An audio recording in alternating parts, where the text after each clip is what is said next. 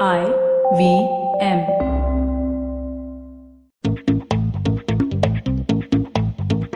One of the roles, or rather pivotal pieces across this entire landscape, right, the media, advertising and entertainment space is the director. In so many conversations, in so many things that we do, the director is kind of at the center of it to really realize the vision of, be it the brand, the agency, the platform, medium, everything, right?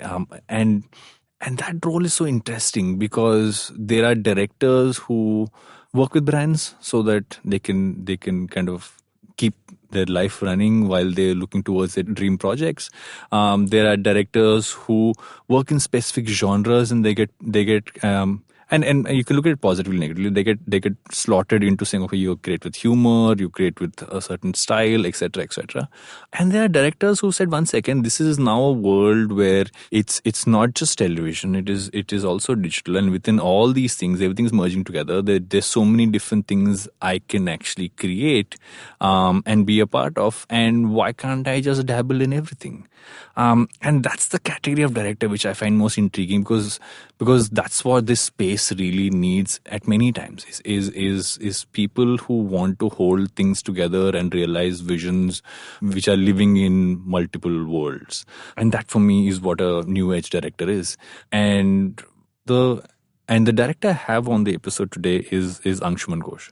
I've been following his work for a bit. We've tried to work on projects together. Hasn't happened yet. My loss, or rather our loss. But I've always looked at the variety of stuff he does. And I've always been intrigued as to how his thought process will work and how does he actually do that, coming from someone who was a mediocre director at best when I started off. And I thought I'd pick his brain on this whole piece, especially with how the world has changed in recent times. For directors and for anyone creating any form of creative content. And that's what we're going to do on this episode of Advertising is Dead. I'm Varun Duggirala, co-founder and corner chief at The Glitch, and we'll be right back with Advertising is Dead. Hi, I'm Satyajit. Hi, I'm Racheta. We are from the Open Library Project and we host a podcast called Paperback. Paperback is a podcast where we engage with stalwarts and experts from various industries, suggesting non-fiction titles that contributed to their journey in a big way. We've had guests like Anjali Raina, Dr. Marcus Rani, Dr. Swati Lodha, Ambi Parmeswaran, Apurva Damani, and many more on our show Paperback. Find new episodes every Wednesday on IVM Podcast app, website, or wherever you listen to podcasts. Welcome back to Advertising is Dead. We're still with Angshuman. I've had requests from many people I work with saying that you've gotten many sides of this whole space that we do, but why haven't you gotten a director on yet? And I've constantly said that my worry is that if I get a director who does one kind of direction, then the conversation might just become focused on that aspect. So then I finally have you have no qualms in directing anything, not in a good way. I'm not saying that. I'm not trying to say, okay, that came out wrong. But you literally, and I remember I messaged you once on Instagram, I think. Yeah. And I was like, I really like the work that you do because I realized that you have dabbled in every side of content and not necessarily ads or shows or TV or digital. And why is that? I'm going to put a caveat in there. Mostly, I've worked in unscripted, so it's always been non-fiction content, or it's been advertising from a montage kind of perspective. Never anything fiction as such until you go back to film school days and do all of that stuff. Not like fiction shows, but I would say that everything else is covered. I think it's because, this all kind of stems from, I guess, in a lot of ways, who I am as a person, how I've grown up, what I've been exposed to, where all I've been kind of thrown around. Yeah. Maybe it's because I'm a little ADD or I get bored very easily. That could also be a thing. I found that over time, things that challenge me, I find most exciting, and I'll put most of my heart and soul into understanding why it's challenging and then being able to do it and then being able to accomplish it. Yeah. The moment it gets easy for me, it's kind of like, okay, now it's easy for me. I'm not really sure if this is something that I want to continue doing. So maybe out of boredom or just wanting to be curious and explore everything. And that is, I think, innately what anybody who works in non-fiction is like, right? Because I remember when, if I go back to my time at MTV and then later Channel V, we would skip from format to format. And I used to be true blue love reality TV kind of producer. Mediocre at best director, but a decent enough producer. And I used to always want to jump to other formats because I would get bored. Like, if I've done it once, then doing it a second time just feels like, okay, that autopilot, I think, is the worry. Like, that's the word. That's exactly it. You get complacent. You start thinking, that, oh, I can do this with my eyes shut. Yeah. And then it's like, how are you getting better? How are you bringing value to something that you're making? How are you bringing value to yourself, more importantly? And is it meaningful? Does it mean anything to you at the end of the day? Yeah. That's a question I find asking myself more and more the older I get. And I've been doing this maybe for about, not very long, but, it's been maybe 13 years or so. And in that time, that's all. I didn't ask those questions earlier. I've started asking those questions now. Yeah. Does it add value to me? Am I feeling something out of this? Am I actually making an impact? The kind of work that I will do, won't do? Those questions are starting to creep into it. I think maybe that's also because I'm maturing and maybe understanding a little bit better of, who I am and what kind of storyteller or filmmaker or director or, commercial director I want to be. Yeah. I think, So if we take a step back, why direction in the first place? So, because I'm asking this also specifically, I'm going to put a not a caveat, but a disclaimer, is that I feel that most people get into this space and say, I want to be a director because they believe that is the most glamorous, if not the most pivotal piece, whether they'll be good at it or not. But the successful ones are not in it for that reasoning, I've realized, which is why I'm asking that question. I think, I think from a young age, I knew I wanted to be some kind of performer or some kind of director, or I wouldn't say director. I don't necessarily knew if I wanted to be a director, but I grew up doing a lot of theater. I grew up doing a lot of plays, being an actor, doing musicals, doing short plays, doing sketches, doing improv, doing all kinds of random things. And I did that, and I had a very privileged life, at least childhood, where I got to travel around a lot and see a lot of the world. And as a result of that, I guess I started being curious about everything, whether it be culture, whether it be language, whether it be food, whether it be a style of theater or a style of music or a style of thing. So I was always kind of, and at the end of the day, I'm Bengali. First and foremost, I'm Bengali. The first thing you were taught as a Bengali. I didn't say it. I was going to say, I've stayed away from saying that, so I have not made the region the reason why you have become a director. But now that you said it, it's a very Bengali thing. It's a very Bengali thing. From your childhood, from the age of 5, you were brought to these art competitions where you're sitting on roads. Roads are shut down in Calcutta. I'm talking about the 80s. Roads are shut down in Calcutta, and there's one banner up, and then it's one beautiful afternoon or morning or whatever it is, and there are just kids lining up with their drawing books out, their drawing, scribbling. One competition is happening. It is beautiful, no? It's very beautiful, and I don't necessarily know if that happens anymore. I haven't seen it happen in Bombay, but I know that in Calcutta parts on Bombay roads, you're expecting people to come and draw. You need a smooth surface to draw and paint, you have that sort of thing. And then obviously, you know this, your childhood as well, your Carnatic and Bharatanatyam sort of, I have an elder sister. She was doing dance. We were expected to learn an instrument. We were expected to kind of study something. That was all part of growing up. And that compounded with us, my family and my dad's job kind of taking us around from country to country. We ended up in 5 different countries or 6 different countries, different cities, different cultures, and everywhere one would be an Indian school, one would be an American school, one would be something else. You're growing up with so much diversity around you. You're exposed to so much so quickly at such a young age, and you're moving around so much that you're picking up a language, you're picking up bits and pieces of that, the cultural values here and there, nuances here and there, which I still hold on to this day from my childhood. And I think all of these things combined with me realizing that, maybe this is the one thing I can do because I'm Bengali. But I think that's where it kind of stemmed from, is that I'm ADD. I've had an ADD life in childhood and whatnot. And as a result of that, I like to be an ADD director in a lot of ways. So it's very interesting you said ADD multiple times. Is that the episode we've done right before this was talking about mental health. And yes. I've publicly told everybody that I'm a fake, not fake. I am not inappropriately diagnosed because I have been diagnosed by Google, and that I will come back with an official diagnosis very soon.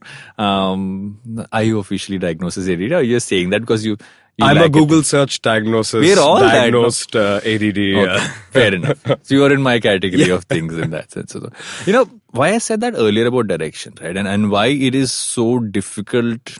Because whenever I see a director, I know that no two have the same way of doing it.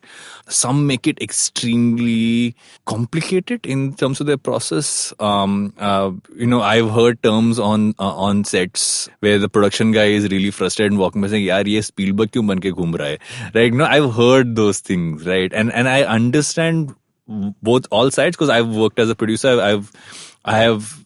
If you can call what I have directed, but I've also worked on the production side and everything else.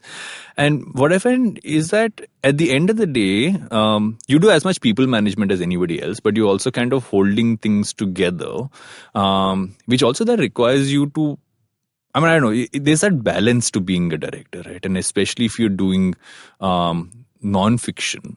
That is even more a balance because, you just added 10, 15, 20 more things that you have to be in control of.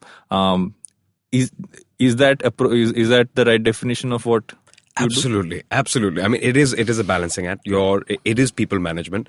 In nonfiction, you're absolutely right. It is. It's chaos. It's complete. You don't have control. You have no control. So then what do? Yeah. You control the things that you know how to control, which is maybe develop a process that works for you, build a team around you that understands that process, that is able to translate that process into something constructive. Yeah. And then it's kind of like, I look at it like nonfiction directing is like shooting animals or shooting with kids. You're basically in a hive and you're watching, right? The only thing you have control over is that camera. Yeah. You have control over maybe the lensing or whatever it is. But the rest of it's what it is. Yeah. Where you place that camera, how you move that camera, those things are still in your control. Yeah. The rest of it is just life happening, Yeah. It's like people describing India all the time. When foreigners come to India for the first time, they end up, they get really flustered and they get really, they can't handle the chaos of, of the country. So then what's the one thing that, one piece of advice that I would keep giving any of my friends visiting from anywhere outside is that embrace the chaos. Yeah. Embrace it. That rickshaw that's coming directly at you is never actually going to hit you. Yeah. Because you're only driving at 5 kilometers an hour. You should see the school kid. The school kid who puts his hand out, those are true rocks. I put a hand out and say, just stop.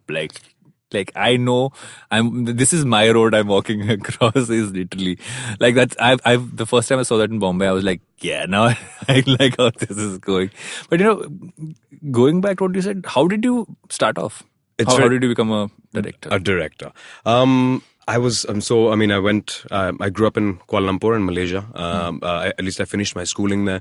When I was in school, because I did a lot of plays and stuff, I got a chance to direct a lot of plays in school. And, we had a really great, my drama teacher is actually one of the reasons why I ended up doing this is because it's a slightly, obviously, Indian education system is very different to, a Western education system, whatever that is. So the way you're exposed to it and the way they kind of embrace everything is very different. Yeah. So it was always it was always very open. You want to do this, you want to try experiment with this, let's do this. Yeah. So from a very early age, I knew that that this is the track that I want to go. I want to be a director. I don't know what kind of director. As a kid, the first thing you want to be is I want to be the amazing. I want to be that director. I want to be the Scorsese. I want to be the Bengali Satyajit Ray. The next. You want to be that. Then you grow up and then you realize that. Oh shit, that's really hard. That's impossible to. Very few people actually end up doing it. So when I decided very early on that either I would become an aeronautical engineer and fly planes because that's one of my actually like life hobbies and things. Or I'll go to film school, or I'll go to music school. Music is another huge passion of mine. So my parents were okay with aeronautical engineering, obviously. Of course. My parents were okay I'm a mechanical with, engineer, so I know what you're talking about. My parents are okay with film school for some very strange reason. Maybe it's that whole Bengali thing. But they were not okay with music school, interestingly enough. They weren't really, they were like, you will never make a profession out of going to a Berkeley, for instance. Which I disagree. I disagree. Now I disagree with that. Maybe at that time. Maybe at that time, exactly. But then, and film school was like, okay, they were like, okay, fine, this is kind of cool. But and film school, like you said, was because also of, I don't think every side of the country appreciates working in cinema. That's a nice way to put it.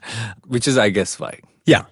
Well, yeah. I said that in an extremely calm and like poised way. I could be Bengali at this point of time. Actually, very interestingly, I think mostly, film school was okay because my dad was obsessed with cameras. Where did you go? I went to Emerson College in Boston. Okay. And it's a liberal arts school, and there was a film track, and it was there was a very ADD college experience, and I'm using that word again very incorrectly, ADD, but it was a very diverse and varied college experience where. My favorite thing about that place was that, within the first week of me joining university, having moved to America probably for the first time in my life, I was on a film set. I was already assisting. I was already a grip. I was already interning on a set of some kind. Yeah. And then they would always, expect you to explore other, fields. So I was a radio jockey for a little while. I was acting in some kind of a short film or something. And then I realized that I will never do that again because I was terrible. And as a result of me being so terrible, I was like, okay, I'm really bad at this. I'm not going to do this. I'll do this thing over here and I'll do this thing over here. This thing being radio and this thing being music and this thing being films. And for some reason, nonfiction kind of excited me. Or actually, it was just being completely, being a child and, just not sure exactly what nonfiction meant. I thought, making documentaries, that I really love that. I love, telling real stories. It must be so easy to make documentaries. Oh my God. So the biggest learning is that it's not, it's the even tougher making documentaries than it is making anything else. So when I went to film school, it was a great program. I was trained as a director. And we got to work on film. We got to work, cutting film and shooting film and all of that kind of stuff. And we had a thesis project. And that thesis project was, make something. It was my Bachelor of Fine Arts. So then they expected, to present a concept and present a film and whatnot. So I thought, hey, I'll make a documentary. And I thought, hey, I haven't grown up in India, so I'm going to shoot this documentary in India. And then I said, and then my college at that point was like, hey, no one has ever done this in our college history, where they've decided to take one of their thesis projects and take it outside the country. How are we going to do this? And I was like, how am I going to do this? I have no idea. And I was really kind of into folk art and folk culture, Bengali folk art, Bengali folk culture and folk music and things like that. Like so ball music. Bengaliness. So I was... I love ball music. In fact, bowls, yeah. Fun fact, Rohit was my co-founder at Klech, and when we were in college in Symbiosis, he and another friend of ours, Abhishek, actually took the train to KL and around, and they did a documentary on ball music, street musicians, and they called it Shine On You Crazy Diamond for whatever reason. Very cool. We were all being eclectic. We were all in film school partially, so we were all come up with these things, but I remember that. I did not do those things. I made a reality show for my thesis project, so I was very true to what I wanted to do. Which is you knew early on that this is your thing. I can't do all those things. Like, I cannot do art. Yeah, like it's not my thing. And I actually thought that I could be arty-farty and I could do all of these things. And so how did it go? It was a disaster. Oh my God, it was a complete disaster. I mean, it was amazing. You also realized, and why I asked you where you studied specifically is because I've had so many friends, some of whom who have gone abroad to study in film school. The ones who I've said, why are you doing this, was only because that when you have already worked in production in India, going anywhere else in the world and whatever you might learn, I don't think there's anything that'll really help you shoot something here, because we function like completely different. It's a different animal. Like, we're not even the same zoo. Yep. Nope. It's completely different worlds. The languages are different. The way of working is different. The size of our sets are different to everywhere else in the world. But why do you go to film school abroad? Because you want to be exposed to something new. You actually just want to travel somewhere new, and you want, as long as you go with that clarity, right? Because a lot of people think that they're going to learn that and then come back and do it that way here, which is never going to happen. I agree with you that you can actually expand your mind in that sense. And that's all. I mean, I always looked at it as that, it's a tool. It's there for you to be used, whether that be, getting access to equipment, getting access to technology, whatever that is, getting access to like-minded people who are way better than you, who have better ideas than you, so that you can grow. Yeah. So it was all those kind of little things that kind of led me to that. But getting back to that documentary, it was a complete disaster. The thing that I learned out of that whole process was documentaries are not easy. You have to stories are told on an edit table at the bottom. Bottom line is it's on the edit table. That's where you tell a story.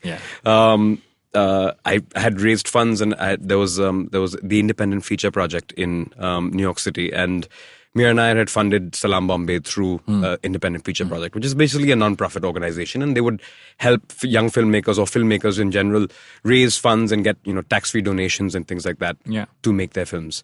And I had no money, and I was trying to bring a half American crew to India, get college students from Jadavpur University to also kind of partner with us, and then travel around Bengal for like 30-40 days and make this documentary, half on 16mm and half on video, which no one had done before in our world or whatever it was.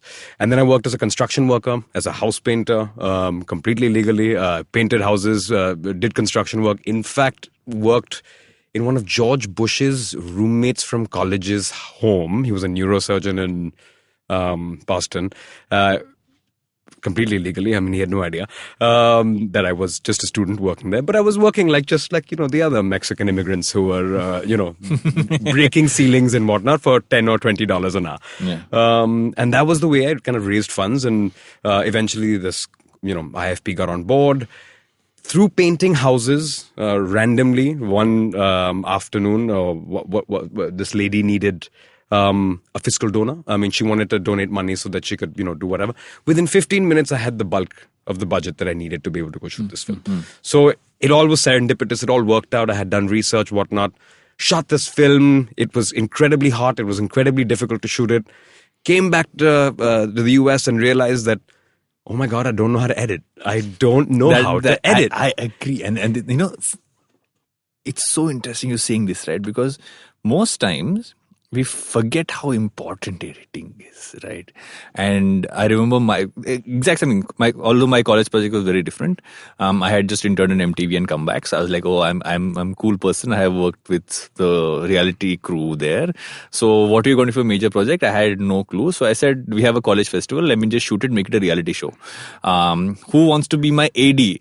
I had 15 ADs on my college project. Okay, you don't get that. This whole thing of, I know what I'm doing. Literally told everybody to shoot random things. Fun fact: Tanmay won that year's college fest. Very cool. So he is part of that video wherever it exists. Hey, you should pull that out of the vault one day. I don't know where it is. I have to find it. Okay. And I sat on the edit table and I don't know what to do with this. Because there was zero thought in how is this going to flow. That's when I learned what a paper edit was. And I'm like, why have I not realized this before? And even after film school, even after going to America, I still didn't know this. I did not know that that's what you needed to tell a story. You need to do a paper edit before. Yeah. I just thought it was just go out and shoot. Just go out and shoot. For people who don't know what a paper edit is, it is literally write on paper what you're going to shoot is going to flow. So you at least know what you're shooting for. And not necessarily, let me shoot everything and then figure it out later. That was when I learned very early that, you have to have a theme, and that theme has to carry through the entire film. Yeah. So, long story short, I made this. I got it screened in Boston, and while it was screening for an American audience who did not speak a lick of English. Lick of Bengali, and it's shot in many dialects in Bengali that half the time I don't even understand, and I had transcripts and whatnot. And I watched this thing, and I just cringed in the background because I was like, oh my God. And I was standing in the back row and I was cringing. Why? Because it didn't make any sense.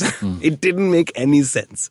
And I did all this thing. It didn't make any sense. And I said, okay, fine. The first thing that I need to do is learn how to be a good editor. At least learn how to edit. Learn storytelling on an edit table. And luckily I had met my mentors there, and I started working on a film over there. And as a result of that, I got my legs as an editor first, as an assistant editor, and then an editor first. And then, lo and behold, Bombay happened randomly. And then you came to Bombay, and if I fast forward today, you work on everything from, I would say, television properties that go the multi-camera, like Unplugged, Coke Studio, that kind of stuff. You're doing stand-up specials on the other side. It's not like you're not doing advertising films. You're doing advertising films as well. That part has a bad name, which I think is unfortunate. But advertising films are fun too, if you can have fun with it. Yeah. And so much more. You have a very interesting Instagram profile with the kind of images you find and put up. Thank you. So when I look at that, I go back to the first thing which I said, right, is the fact that to be a director today gives you the most opportunities and the most options, provided you're open to doing a lot of things which don't innately fit into the box that you have put for yourself. Yes, I want to say yes. You have to be open, and the world is evolving. Yeah. And I think your show is the best example of how this world is evolving, and I totally agree with you 100% that the form of advertising that we knew and that we've grown up with, that's existed, exists in emerging markets, exists in the developing world, but everywhere else that shift is happening, where it's not about overt in-your-face advertising. It's about ethos. It's about a brand's, intrinsic value that comes out in a piece of content. And that piece of content doesn't necessarily have to be a 30-second commercial. Yeah. That can be a stand-up special. That can be a documentary. A television show. It could be anything. Yeah. It could be a music video, and we see that quite often. A lot of brand integrations happening and things like that. And I think as directors now, we have to be malleable. We have to be completely malleable. We have to be able to work with an A7S on a really shoestring budget and without the massive crews. But we also have to have the skill sets to be able to go to a foreign country, sit in a stadium with 24 cameras and shoot something, with someone else. Yeah. To shooting with an advertising film on, the best cameras with the best DPs in the country, whatever it is, to making a fiction thing. We have to be a little bit of everyone. We have to be Renaissance men and women. Yeah. If we're not these Renaissance men and women anymore, we are redundant. At least that's how I feel sometimes, is that you will become redundant eventually. The more we get pigeonholed into you do only beauty films, you do only car films. Yeah. What happens when cars go, cars are environmentally friendly? What happens when you don't have cars anymore, only public transport? Whatever that situation is. Because while it's great to have a niche, it's also great to be able to kind of do a lot of things, right? And there are a couple of these of kinds of projects that you do, which I want to get into, but I do know we need to go in for a break. So we're going to do that and come back on advertising instead. Hello, everybody. Welcome to another awesome week on the IVM Podcast Network. If you are not following us on social media, please make sure you do. We're IVM Podcast on Twitter, Facebook, and Instagram. After crossing 10,000 on Instagram a couple of weeks ago, this week we crossed 5,000 followers on Twitter. If you aren't following us on Twitter, please do. Make sure that you see all the cool stuff that we put out there. We do some cool stuff on social media, just generally. You should check it out. This week we are launching a new show called Heal and Hearty. It's hosted by Rachna Chachi, nutritional therapist and certified cancer coach. She helps you understand the right nutrition, exercise, and lifestyle that keep diseases away. Show premieres on Tuesday, 15th October. In case you missed it, do check out our daily policy podcast called All Things Policy. It's hosted by the researchers at the Takshashila Institute who break down complex economic and geopolitical ideas through the lens of current affairs. New episodes are out every single day. It's a fun show. Do check it out. On The Scene and the Unseen, Amit Verma is joined by frequent guest Vivek Kaul. They break down Ponzi schemes in light of the backlash against oil. On Feeding 10 Billion, Varun and Ramya are joined by Gauri Devi Dayal. She's the co-founder of The Table, Mac Street Kitchen, and co-host of the Kolaba Cartel. Check that show out if you haven't, but they discuss sustainable dining on this one. On IVM Likes, Abbas, Ritika, and Antariksh talk about their biggest celebrity crushes from the past and present and recommend some films and podcasts that are worth your time. On Know Your Kanun, Amber talks about the Data Protection Act and the need for specific legislation. On Mr. and Mrs. Binge Watch, Janice and Anirudh talk about the Netflix show Unbelievable. Tune in to hear where it ranks amongst the greatest cop shows.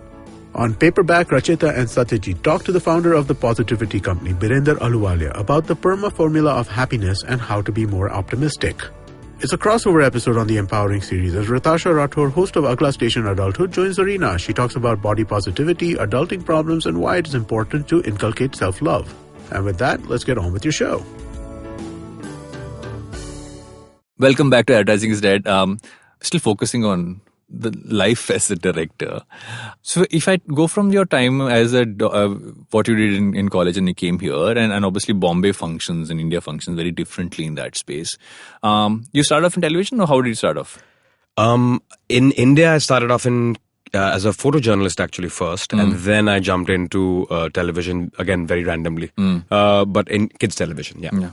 And so looking at there's two parts, right? So is the fact that how things used to function in television, and they still do to a large extent, and how digital functions is inherently different, not just as platforms, but in terms of how you create, right? What do you keep in mind to create and stuff like that. Do you have some stuff you have to switch on and switch off when you switching between both mediums? Absolutely. I think there's a big difference. I want to say that I don't know if big difference is the way to describe it, but making for television in India at this point in time and making for OTT platforms and digital platforms in India at this point in time are similar and yet different. There are certain traits and there are certain expectations that you're expected to fulfill in television. And there are certain expectations you're expected to fulfill in digital content, in OTT content. Yeah. There's a style and there's an aesthetic on this end, on the television end, which is a certain way. Yeah. There's a style and aesthetic on this end, digital, which is a certain way. Yeah. And you have to then, I think at the very start of our conversation, you talked about, people management. Yeah. And as a director, most of the time, and especially if I'm jumping from format to format and, genre to genre, you're trying to cast a team in your head that will best suit and support you in that genre or in that platform or in that, thing. So I'm actually and I function like that, so I will build a team or work with people who I feel will service a television project versus a person or a team that will service a digital project. Yeah. So it's always kind of, changing. And I think the way television networks approach analytics and data is very different to the way OTT platforms obviously approach analytics and data. In my experience, having worked with Viacom and MTV as well, at least directly with them, data hasn't been so important necessarily because I've worked on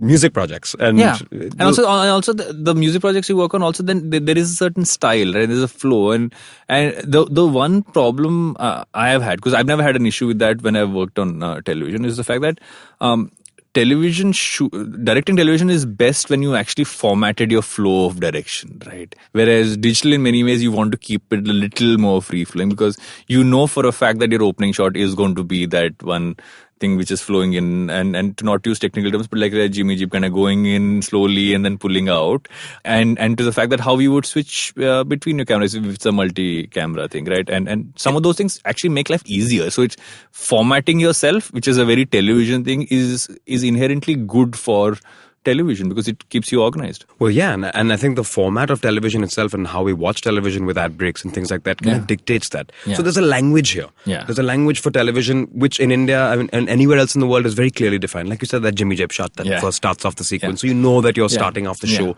and then you're cutting to that close-up or whatever it is. Yeah. There's these very specific language things that happen in non-fiction television or even in fiction television. Which is only stuff you can learn if you've actually worked on a set. Yeah, that's very, very true. Until you don't actually do it hands-on, you won't know any of this. Yeah. No school is going to teach you that. No, educate. Nothing is going to teach you that. Which is the problem which I had, I remember. Like because I worked at MTV and Channel V, and they generally let you be slightly less formatted. When much later when we had to do proper TV stuff, we have a common friend, Shashwat Singh. Yes. And Shashwat was one who sat down and said, 1 second, this is how proper TV is planned. And he explained to me how that entire thing would happen. I'm like, okay, this makes sense. Why didn't we do this? It just make life easier. We just try to be cool and let's change how things are shot. I'm like, I could have just had more sleep. But unfortunately you didn't, and but you learned over time. I learned over time. Through your to respect that eventually. And not rebel against every single format, because this is the worry I have with everybody who shies away from directing stuff which is formatted, is the fact that no, I don't want to be constrained as a director. Is that constraining? I felt the same exact thing when I first started doing television projects. I was like, I don't want to do these formats. I mean, these segments, and this is a 5-minute segment. I don't want the show to start like this. I want to break it and do all of that. And then it's exactly what you said. You realize that why are you trying to break this wheel that functions very clearly? You've been given the structure. Now keep the structure because it works for this language of people who watch this thing in this certain way. Yeah. But play within it. Yeah. It's not that the structure is there. You've got the 4 walls, but what we're talking about right now is what makes it interesting. Yeah. It's the content that makes it interesting. What do you do within that, right? What do you do within that? Yeah. So that's how I always found that. And then in digital, it's completely the opposite. Yeah. It's like you can mess this, you can mess with this, you can mess with that. You can do anything you want, essentially. Yeah. And also not, if it's a branded project, obviously. Yeah, and also I think any platform, like I said, like you will mess with it. How much can you mess with it is really the difference. But you'll need to, if you don't have structure, you're going to just not make anything, right? You're just going to make a mess. That's life lesson, like number one. It's like, if you don't have structure, you will make a mess. Yeah. And as much as the 21-year-old in me wants to believe that you should be free, the fact of the matter is nothing works. The directors who cruise like the most are actually the ones who are the most organized, because they make life the least difficult. Yes. And at most times, for a fact you're going to get a decent enough product, if not slightly better one. The fact that a director needs, and because I'm taking away some of the cliches. The cliche of a director is going to be, like changing stuff around, and they're really like hyper analyzing and going minute. All that stuff seems great in caricaturizing, but in reality, you got to be the most chill, fun person on set. Absolutely. You are the ringmaster of 100 people. Yeah. And they will always keep looking at you. They will always keep responding and feeding off your energy. Yeah. The moment you start losing that energy, your whole crew and your whole scene and your whole experience starts dying. Yeah. So I'm a strong believer in that. Yeah. The more organized you are, the better you are planned, the better that experience will be. Yeah. And at the end of the day, I work as a commercial director, and a lot of the time it's clients hire me again is because I was fun to work with, or they had a great experience. You need to be good with people. You need to be good with people, and that's how you'll get hired again and again and again. Yes, your work is very important, but a lot of the times, what I'm learning more and more is that your work could be the most amazing thing in the world. But if you're a pain in the ass, the ass to work, no one is going to keep hiring you. They're going to be an agency. I'm telling you this, that if pain in the ass directors are a problem, it's a huge problem. Yeah. you will think, oh, he's very good. But like I said a little earlier, like, Spielberg wala kaam karega phir. And that's great, right? But the thing is, some people also choose ease of working. Like, you need to have a vibe that goes well, and you need to be able to. And also with brands, right? Brands need to trust you that you will not be difficult in understanding what their needs are. Because the biggest worry I know a lot of brands have is, if I get someone who's a really quote unquote creative director who's unwilling to understand some of the boundaries that the brands require, then what if I end up with something which I can't use? Absolutely. And I experience that with brands. I experience that with comedians or other talent that I end up working with. And I tend to work with a lot of artists, whether it be musicians or whether it be comedians or whether it be a brand. And I find that that's the same thing. It's like, you're not mollycoddling, but you're essentially kind of hand-holding them, making sure that your client knows that their brand is safe in your hands. Yeah. Your artist knows that their content or their music is safe in your hands. Yeah. And that you're going to do everything you can to make sure that they feel that way. And that on set, most important thing is that they feel that way. Yeah. And from that first PPM, from that first meeting to that last, the master film when it's released and, delivered, that whole process has to feel like that. Yeah. I think Mia and I said it best. Oh my God, I just said that. I think Mia and I said it best. But, making a film is like a party. I think Rohit Shetty also feels the same way. Where it's like, dude, I want to go to my sets and I want to make sure everyone is having a great time. The making of any Rohit Shetty film, you realize they're having so much fun. So much fun. I want to make a Rohit. I want to be on a set. Like I actually saw this, I forgot who spoke about this, an interview or a thing about how he shoots a movie. And I found it so interesting is that when he finishes a day's shoot, he sends the actors and all back to the hotel or wherever. And with his core crew, he basically shoots a rough edit of what he's going to shoot the next day. So in the morning, he says, guys, this is what we're shooting. So he has something to show the next morning, saying, this is what we're shooting today. You are visually seeing what is happening that day, which I thought was crazy.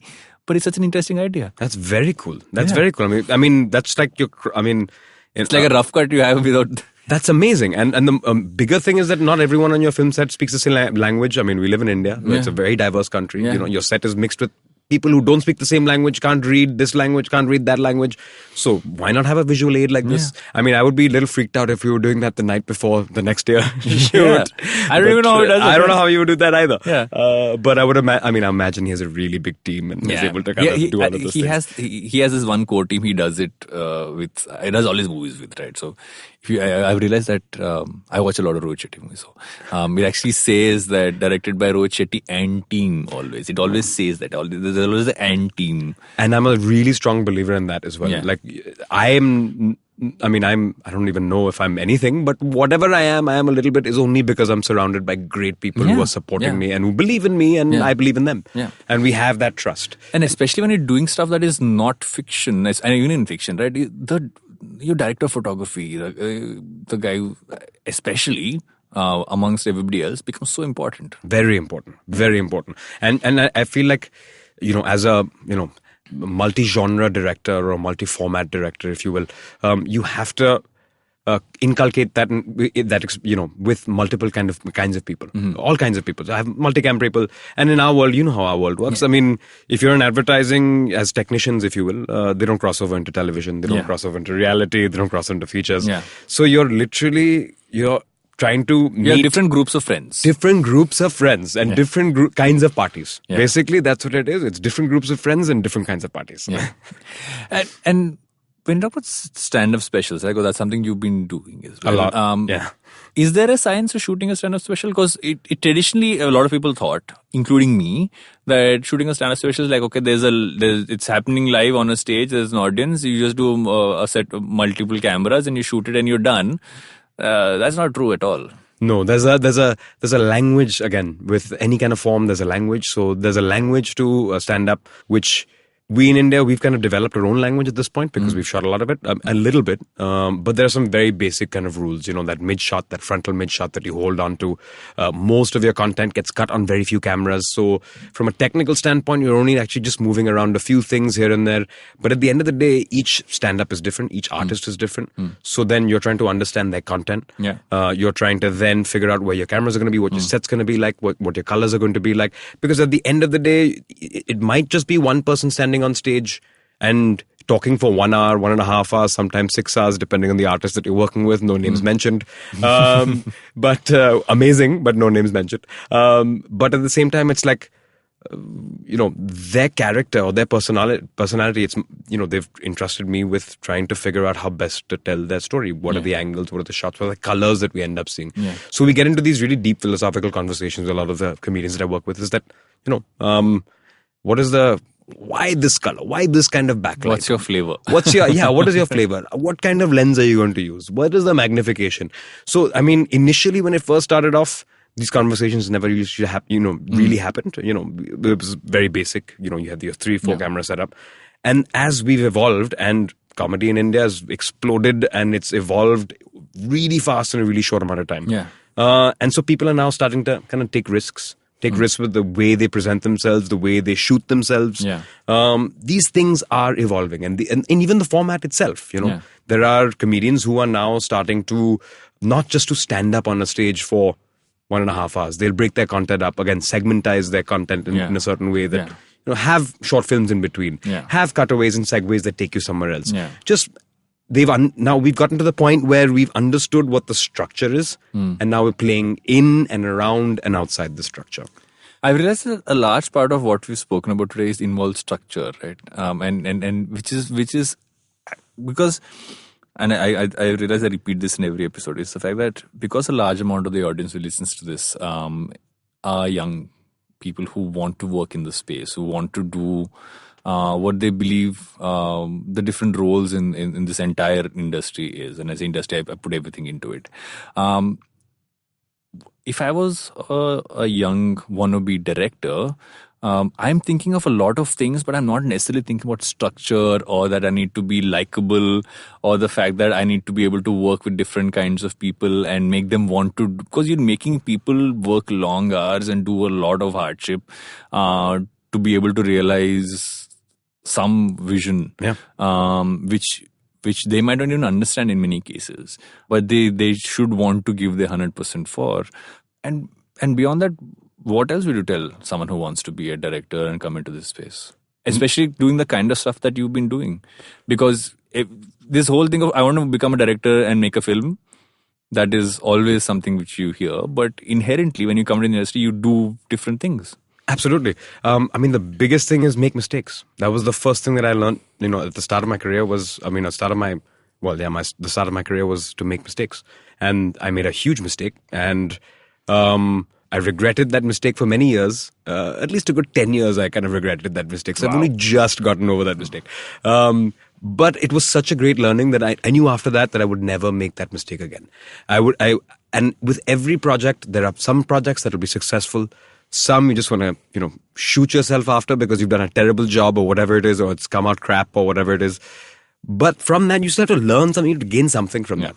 And the only way you'd make those mistakes is by doing. Yeah. And I knew that maybe a little bit earlier that, but we used to have, mini DV cameras and all of that. You're taking your little handy cams or whatever and you're making your little short films and all. Yeah. Nowadays you have cell phones. Yeah. Nowadays you have video on your fingertips. Nowadays anyone can make at any point anything. Yeah. And until you don't keep doing that and keep doing that and keep doing that and keep fucking up, essentially making mistakes, then, you will only get better. Yeah. The one thing that exactly what you said, no one will teach you is that you have to actually the team manage, the people management, the way you brief certain departments. Be a nice person. You have to be a good human being. Yeah. The most important thing, bottom line, is be a good human being. Yeah. Because the people that you work with, exactly how you said, you are working with them 24 hours a day, practically.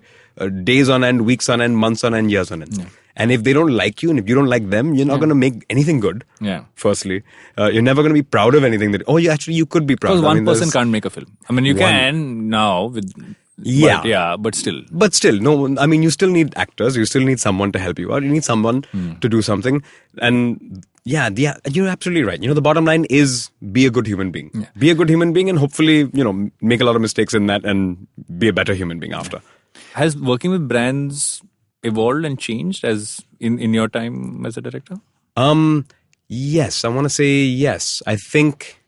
I'll speak about digital, I think more, or with quote unquote digital, because I think with the idea of... Everything is digital. Everything is digital.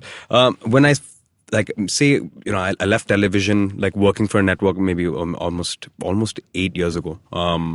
And when I moved into digital content and advertising and things like that, obviously in the mainstream, mainline, above the line advertising, there's only a handful of directors who get the really great budgets. Yeah. The really great budgets. True. And then when I say great budgets, I'm talking about crores. Crores, the films that, that every director or ad film director wants to be able to get because they get the best of everything. They're flying around to this country and that country and doing all of this, but very few people get them. Yeah. So then a lot of the times, what are you left with? You're left with very, very small budgets, under 10 lakhs, under 20 lakhs, under 30 lakhs.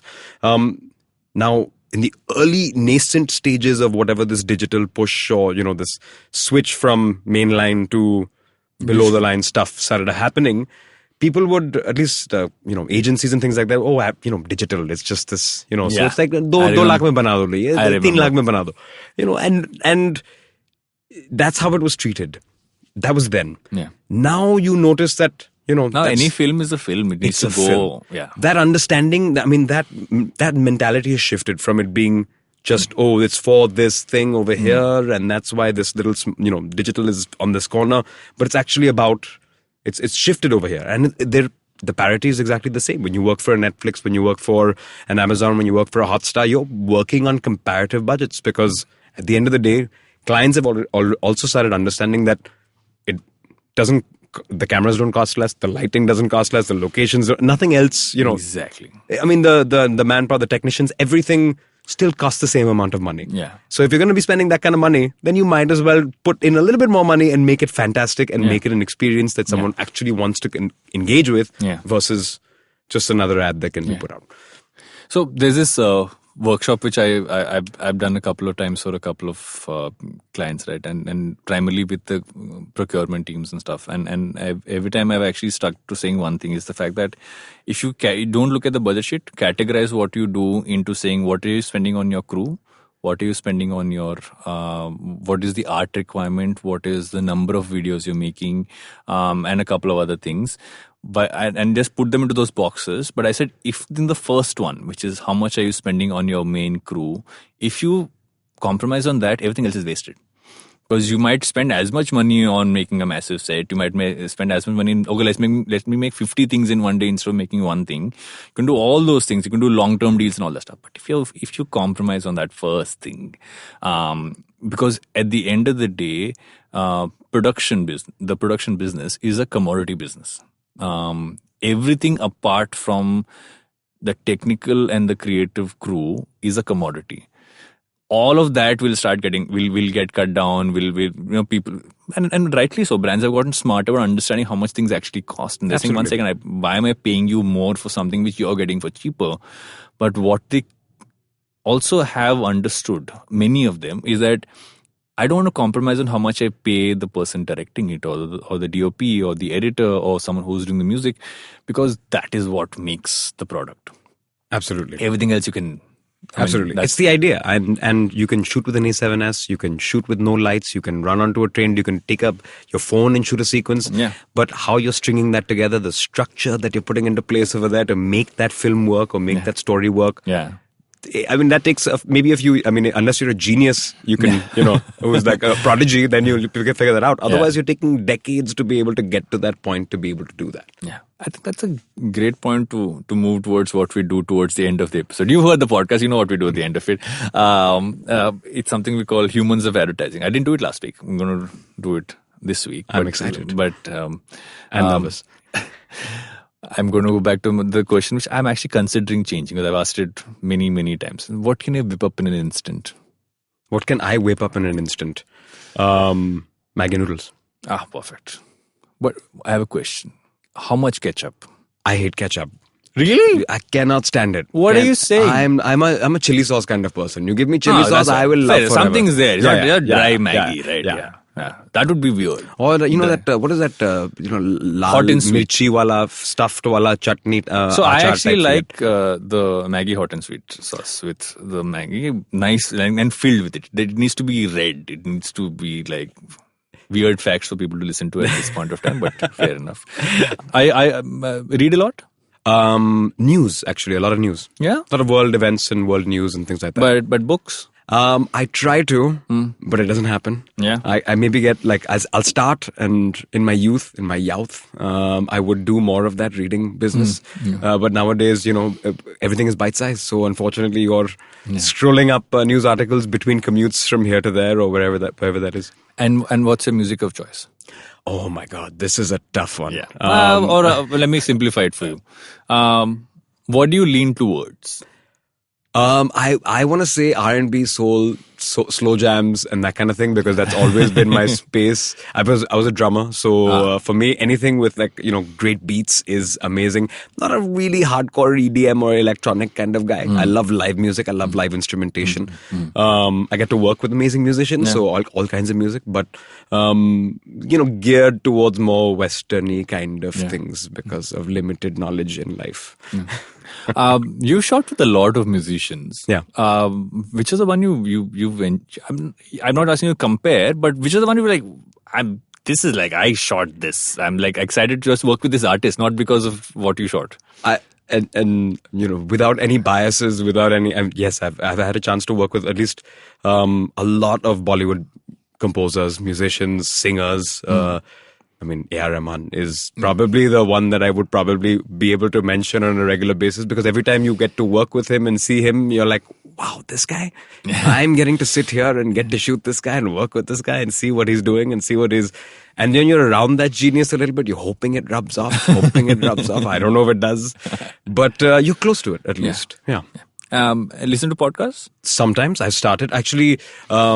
before podcasts were a thing, there used to be this amazing, in America, there was This American Life, which is Ira Glass's This American Life. Yeah. So I was really into that, and I was really into some of the stories there. Yeah. And there was another really cool thing called Storycorps, which used to happen, and I don't know whether it still happens, in America, where normal people off the street, they would have little booths in different parts of, malls and things like that.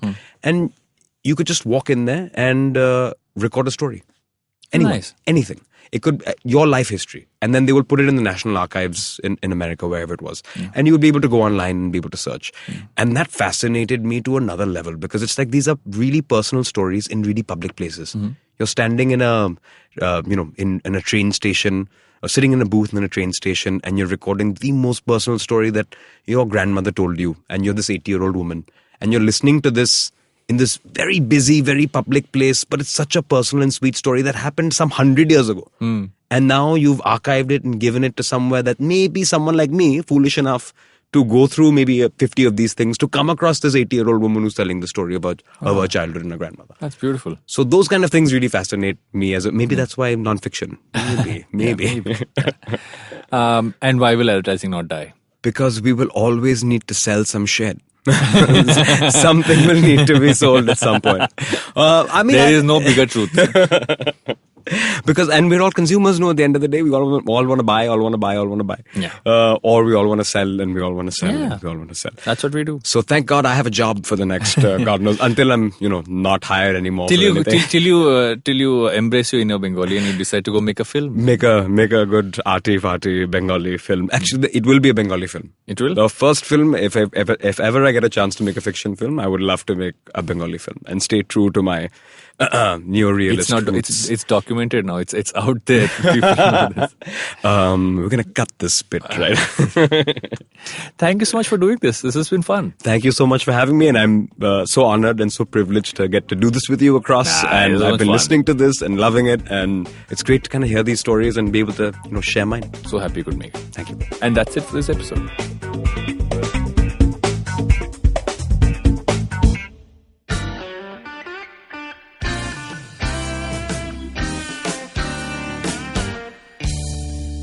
Filter coffee is a fascinating beverage. You need to pick the right beans, blend them in the right proportion, roast them to perfection, and slow brew at the right temperature to get the perfect cup. Which is exactly like great conversations as well. You need to track down the most interesting minds, get them into their zone, and settle down for an unhurried, unscripted chat. And coffee for me is always, always, always best enjoyed with friends. I'm Karthik Nagarajan, and do share my table as I meet some of the most interesting people I know and sit them down for a strong cup of coffee and an even stronger conversation. Join me every Wednesday for a freshly brewed episode. This is not frappe. This is the Filter Coffee Podcast.